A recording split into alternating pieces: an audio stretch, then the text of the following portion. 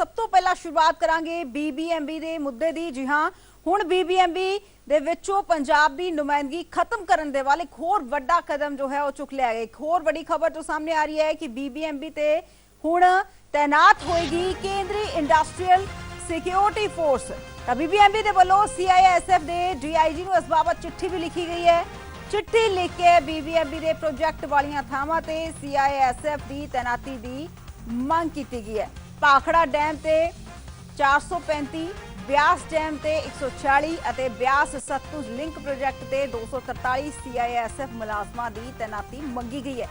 केंद्र ते लगातार ही लग रहे ने पंजाब के मसलियां च दखल अंदाजी के इल्जाम। तां केंद्र के वल्लों पंजाब ते हिमाचल पुलिस की थां CISF की तैनाती की हुण मंजूरी भी दी जा चुकी है।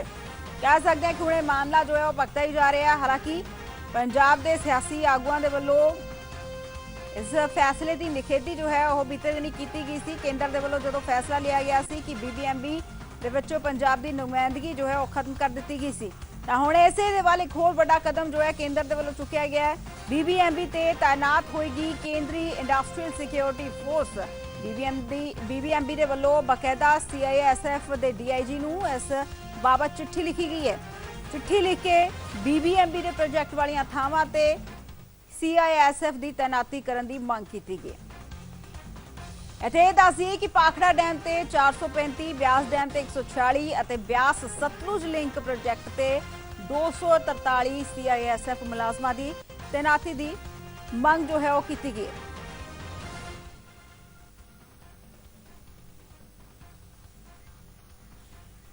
बलजीत चाहना मेरे सहयोगी ज्यादा जानकारी दे नाल ने कि कुछ जानकारी जो है बलजीत मिल पा रही है। जेकर देखा जाए एक बार फिर तो जिथे हक्कां ते डाका मारन की गल सामने आउंदी है तां हुण इसे दे विच हुण कह सकते हैं कि पक्के पैरी नुमाइंदगी जो है वो केंद्र खत्म कर रहे हैं।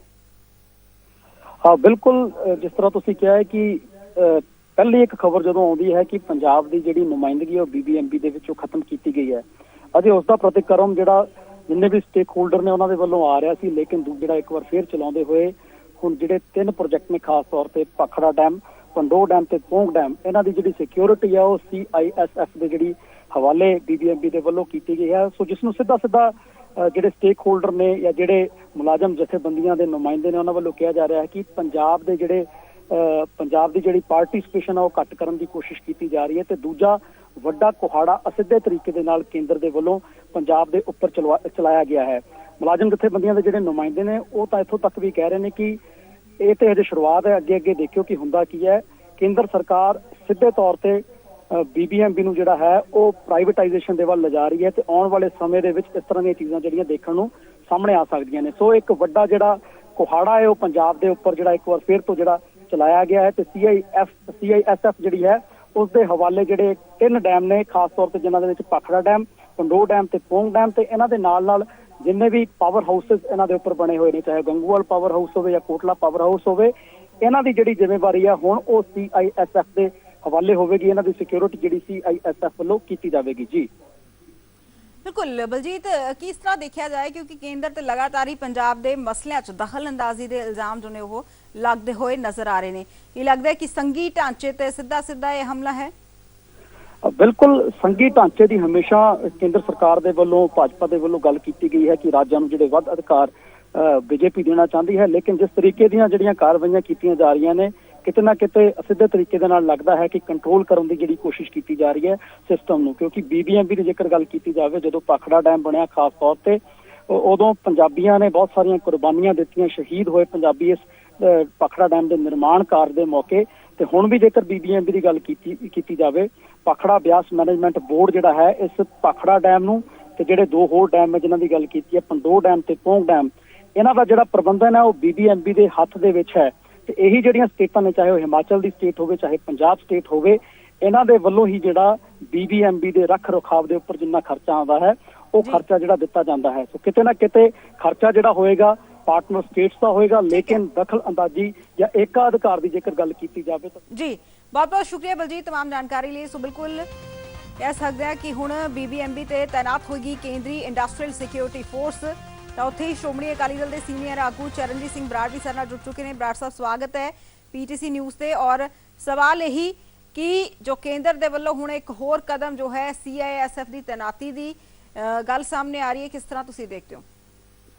ਦੇਖੋ, ਇੱਕ ਗੱਲ ਹੈ ਕਿ ਕੇਂਦਰ ਸਰਕਾਰ ਦੇ ਫੈਸਲੇ ਦੀ ਕਰੜੇ ਸ਼ਬਦਾਂ 'ਚ ਅਸੀਂ ਨਿੰਦਾ ਕਰਦੇ ਹਾਂ ਔਰ ਇੱਕ ਕਿਸਮ ਦੀ ਕੇਂਦਰ ਨੂੰ ਤਾੜਨਾ ਵੀ ਹੈ ਕਿ ਸਾਡੇ ਸੰਘੀ ਢਾਂਚੇ ਦੇ ਵਿੱਚ ਸਿੱਧਾ ਦਖਲ ਹੈ ਤੇ ਇਹ ਨਾ ਕਾਬਲੇ ਬਰਦਾਸ਼ਤ ਹੈ। ਅਸੀਂ ਬਰਦਾਸ਼ਤ ਨਹੀਂ ਕਰਾਂਗੇ ਇਹ ਦਖਲ।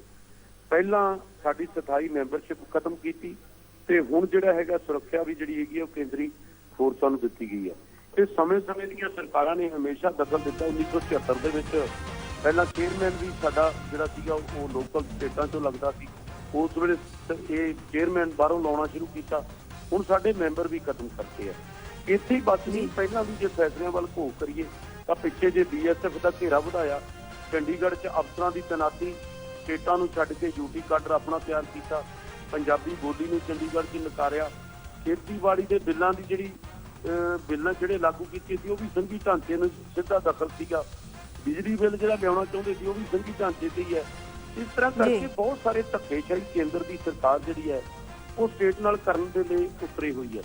ਮੈਂ ਕੇਂਦਰ ਸਰਕਾਰ ਨੂੰ ਅਪੀਲ ਵੀ ਕਰੂੰ, ਬੇਨਤੀ ਵੀ ਕਰੂੰ ਔਰ ਤਾੜਨਾ ਵੀ ਕਰਾਂਗੇ ਕਿ ਇਹ ਸਾਡੇ ਸਿੱਧਾ ਜਿਹੜੇ ਸਟੇਟਾਂ ਦੇ ਕੰਮ ਦੇ ਵਿੱਚ ਦਖਲ ਹੈ ਇਹ ਕੋਈ ਵੀ ਬਰਦਾਸ਼ਤ ਨਹੀਂ ਕਰੂਗਾ ਔਰ ਇਹਨਾਂ ਨੂੰ ਇੱਕ ਗੁਲਦਸਤਾ ਹੈ ਫੁੱਲਾਂ ਦਾ ਬਣਿਆ ਰਹਿਣ ਦੇਣਾ ਚਾਹੀਦਾ ਹੈ। ਕੇਂਦਰ ਨੂੰ ਹਰੇਕ ਕੰਮ ਦੇ ਵਿੱਚ ਪੰਜਾਬ ਦੇ ਦਖਲ ਨਹੀਂ ਦੇਣਾ ਚਾਹੀਦਾ। ਇਹ ਸਾਡੀ ਅਪੀਲ ਬੇਨਤੀ ਹੈ ਜੀ।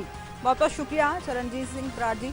ਸੋ ਬਿਲਕੁਲ ਜਿਸ ਹਿਸਾਬ ਦੇ ਨਾਲ ਕਹਿ ਸਕਦੇ ਹਾਂ ਕਿ ਹਾਲਾਤ ਬਣੇ ਹੋਏ ਨੇ, ਇੱਕ ਤੋਂ ਬਾਅਦ ਇੱਕ ਕਰਕੇ ਕੇਂਦਰ ਦੇ ਵੱਲੋਂ ਜੋ ਹੈ ਉਹ ਸੂਬਿਆਂ ਦੇ ਫੈਸਲੇ ਜੋ ਨੇ, ਮਸਲੇ ਜੋ ਨੇ ਉਹਨਾਂ ਦੇ ਵਿੱਚ ਦਖਲ ਅੰਦਾਜ਼ੀ ਦੀ ਗੱਲ ਸਾਹਮਣੇ ਆ ਰਹੀ ਹੈ ਤਾਂ ਕੇਂਦਰ ਤੇ ਲਗਾਤਾਰ ਹੀ ਪੰਜਾਬ ਦੇ ਮਸਲਿਆਂ 'ਚ ਦਖਲ ਅੰਦਾਜ਼ੀ ਦੇ ਇਲਜ਼ਾਮ ਲੱਗ ਰਹੇ ਨੇ। ਹੁਣ BBMB ਦੇ ਵਿੱਚ ਪੰਜਾਬ ਦੀ ਨੁਮਾਇੰਦਗੀ ਖਤਮ ਕਰਨ ਦੇ ਵੱਲ ਵੀ ਇੱਕ ਹੋਰ ਵੱਡਾ ਕਦਮ ਜੋ ਹੈ ਉਹ ਪੁੱਟਿਆ ਗਿਆ ਹੈ ਤਾਂ BBMB ਤੇ ਤੈਨਾਤ ਹੋਏਗੀ ਕੇਂਦਰੀ ਇੰਡਸਟਰੀਅਲ ਸਿਕਿਉਰਿਟੀ ਫੋਰਸ।